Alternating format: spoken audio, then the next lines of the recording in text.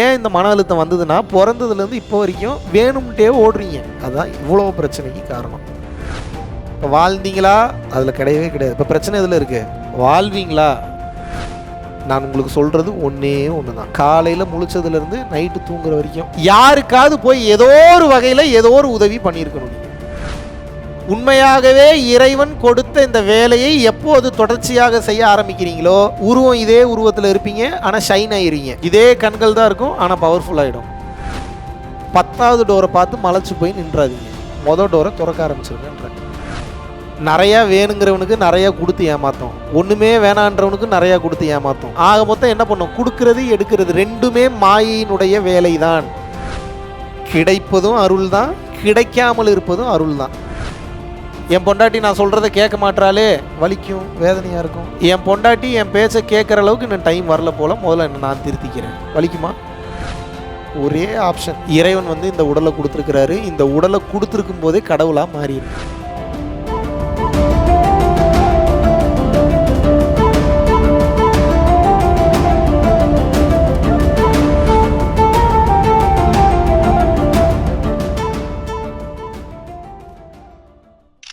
இங்கே நான் class attend பண்ணுவேனா அப்படின்றது என்ன சொல்கிறது, என்னாலே நம்ப முடியாத சுச்சுவேஷன். ஏன்னா நான் லே ஆஃப் ஆகிடுச்சு. நான் ஒரு கம்பெனியில் ஒர்க் பண்ணிட்டு இருந்தேன். கிட்டத்தட்ட ஒரு 7 மாதமாக வேலை இல்லை. நீங்கள் என்றைக்கு அந்த கிளாஸ் போகிற நீங்கள் யூடியூப்பில் போட்டிங்களோ, அன்னையிலேருந்தே கிளாஸ் அட்டன் பண்ணணும், தீட்சை வாங்கணும் அப்படின்ற ஒரு, அதுக்கு முன்னால் உங்கள் யூடியூப்பை பார்த்து விளக்கு தியானம் அதெல்லாம் நான் வீட்டில், என் பையனுக்கு 12 வயசு ஆகுது, அவனை ஒரு வாட்டி நீயும் பண்ணுடா அப்படின்னு. இப்போ டெய்லி எனக்கு முன்னால் ஏஞ்சி ஸ்கூலுக்கு போகிறதுக்கு முன்னால் அவன் ஏஞ்சி இப்போவே புருவ மத்தியை பார்த்துட்டு இது பண்ணுறான். இதில் என்ன ஒரு விஷயம் பாருங்கள், எனக்கு வேலை இல்லை, இங்கே வருவனான்றது டவுட்டு. தொடர்ந்து தியானம் பண்ணுறதுனால என் ஒய்ஃபு இன்னும் தியானம் அதெல்லாம் நான் எத்தனையோ வாட்டி சொல்லுவேன், இந்த வீடியோ பாரு அப்படின்னா சொல்லுவேனே தவிர புஷ் பண்ண மாட்டேன். இப்போட்டே பண்ணல. ஏன்னா இந்த காலத்தில் 8 மாதம் வேலை இல்லாமல் போது இப்படி ஒரு பயிற்சி பையனுக்கு மாற்றம் இப்படி பண்ணும்போது யார் வீட்லேயும் சும்மா இருக்க மாட்டாங்க. ஆனால் இப்போ அவங்களே சரி போயிட்டு வா, ஆனால் எல்லாம் கற்றுக்கணும் வா, ஒன்று விடாமல் அதை எனக்கு சொல்லிக் கொடு அப்படின்னு.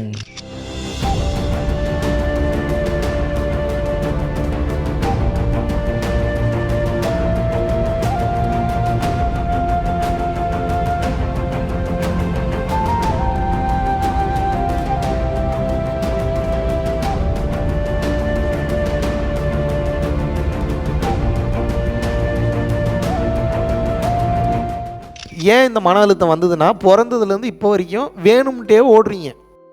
இந்த வேலையை நான் எதுக்காக செய்கிறேன், யாருக்காக செய்கிறேன்னு மட்டும் யோசிங்க. ஹானஸ்ட்டாக நீங்கள் யோசிக்கணும். அப்பட்டமாக தெரிஞ்சிடும் ஏதோ ஒரு சுயநலத்துக்காக தான் அந்த வேலையை செஞ்சுட்ருப்பீங்க.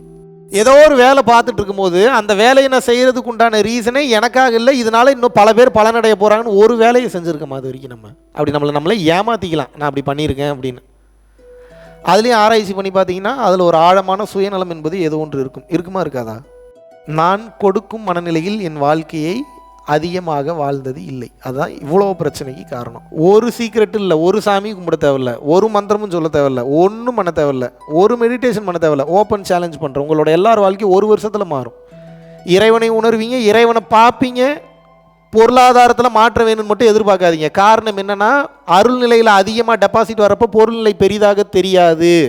ஆனால் பொருள்நிலை பெரிதாக தெரியாத காரணத்தினால் அருள்நிலையில் நான் பெரிய ஆள் இல்லைன்னு நினச்சி உங்களை நீங்களே டீக்ரேட் பண்ணிப்பீங்க. அப்படி இல்லை, 1 வருஷம் ஒரே ஒரு ஆட்டிடியூட் நான் சொல்கிறத மட்டும் மைண்டில் வச்சு வாழ்ந்தீங்கன்னா டோட்டல் வாழ்க்கை மாறும்.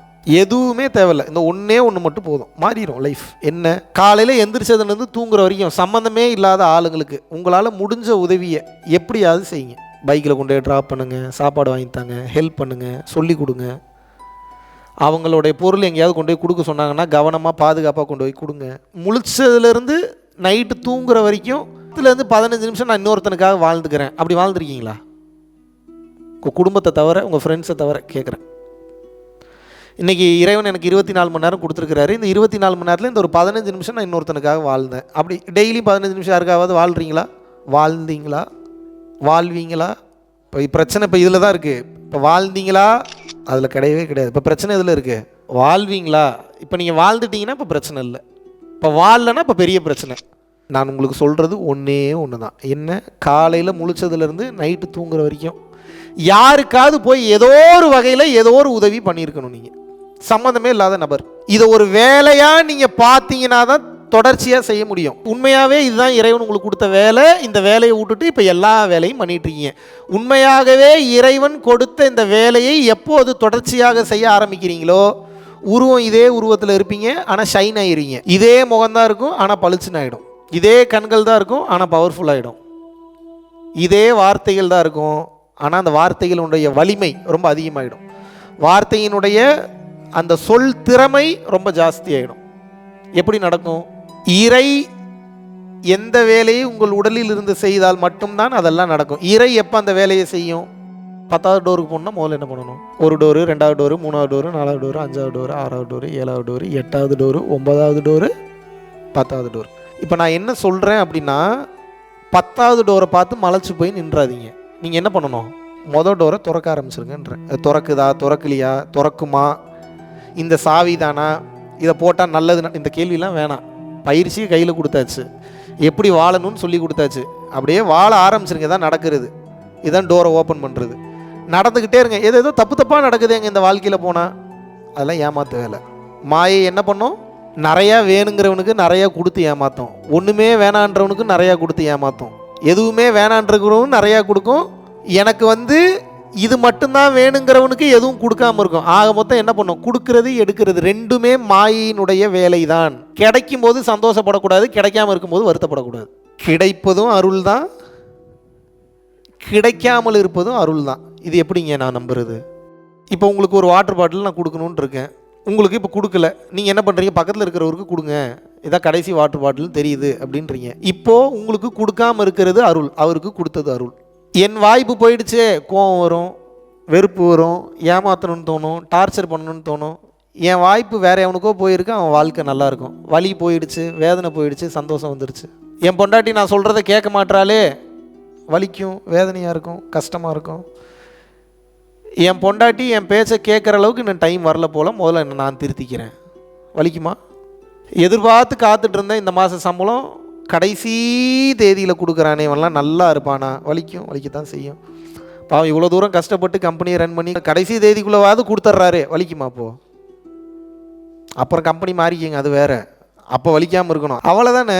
இதில் எதுக்கு பதட்டம் படபடப்பு? எப்படி வரும்? செய்யணும்னு முடிவு பண்ணிட்டா வச்சு செஞ்சிடணும், அது வேறு. அது முடிவு பண்ணி செய்கிறது.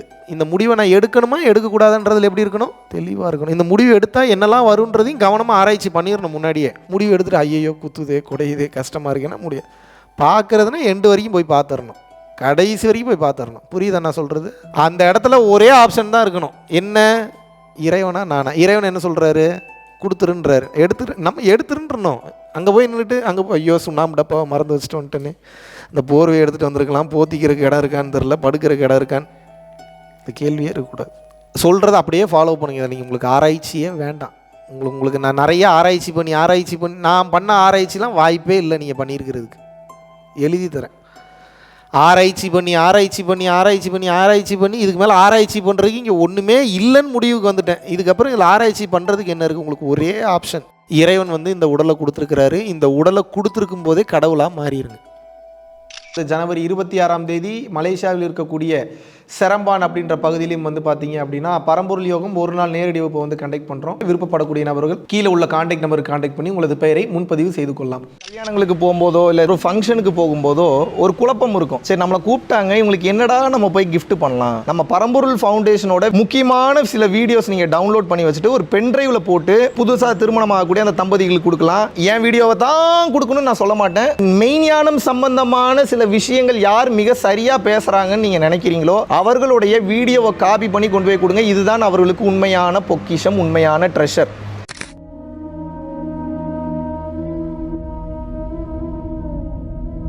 பரம்பொருளின் கருணையினால உங்களுடைய இடைவிடாத அன்னதானத்திற்கு நீங்கள் அனுப்பப்பட்ட பணத்தின் மூலியமாக பல லட்சம் உயிர்களுக்கு இது நாள் வரைக்கும் சாப்பாடு கொடுத்துருக்கோம்.